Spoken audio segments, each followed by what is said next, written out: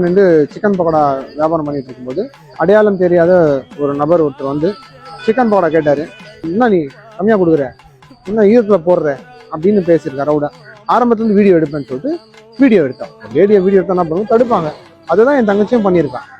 உடனே அவன் என்ன பண்ணிட்டான் அப்படின்னு சொன்னா, அவ போட்டிருந்த புர்காவை இழுத்து நக்காபை, நாங்க நக்காப் போடுவோம் லேடிஸ்ல, இல்லை நக்காப் போடுவோம், அந்த நக்காபை இழுத்து முடியை பிடிச்சி கீழே குனிய வச்சு கழுத்து மேல கை வச்சு பலால் இந்த கழுத்தாண்ட ஒரு 4-3 அரை வச்சு பண்ணி ரிக்வஸ்ட் பண்ணி பார்த்தாங்க. முடியல. கடைசியில் அப்புறம் பார்த்துக்குப்பா, ஊருக்குள்ளதான் கடை வச்சிருக்க, நான் 4 பின்ன எம்எல்ஏவோட ஆளு, பார்த்து பண்ணு, பார்த்துக்கோ, ஏதோ இதுக்கு தான் சொல்றேன். நான் சொன்னேன், அண்ணன் என்ன பண்ணுவாரு எம்எல்ஏ, உயிர் எடுப்பாரா? இருக்கிறது உயிர், அதான் எடுப்பார்ல, வேற என்ன செய்வாரு? நான் உடனே சொல்றேன் கேளுங்க, பயப்படாது.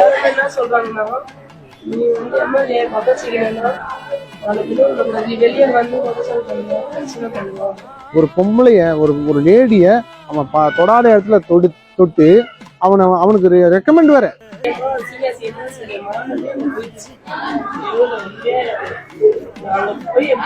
எவனுமே கேட்கல சார், இத்தனை வருஷமா எனக்கு எல்லாமே தெரியும் சார், எல்லாருமே எனக்கு தெரியும், யாருமே வந்து கேட்கல. ஏன்னு சொல்லுங்க, எம்எல்ஏ இருக்காரு,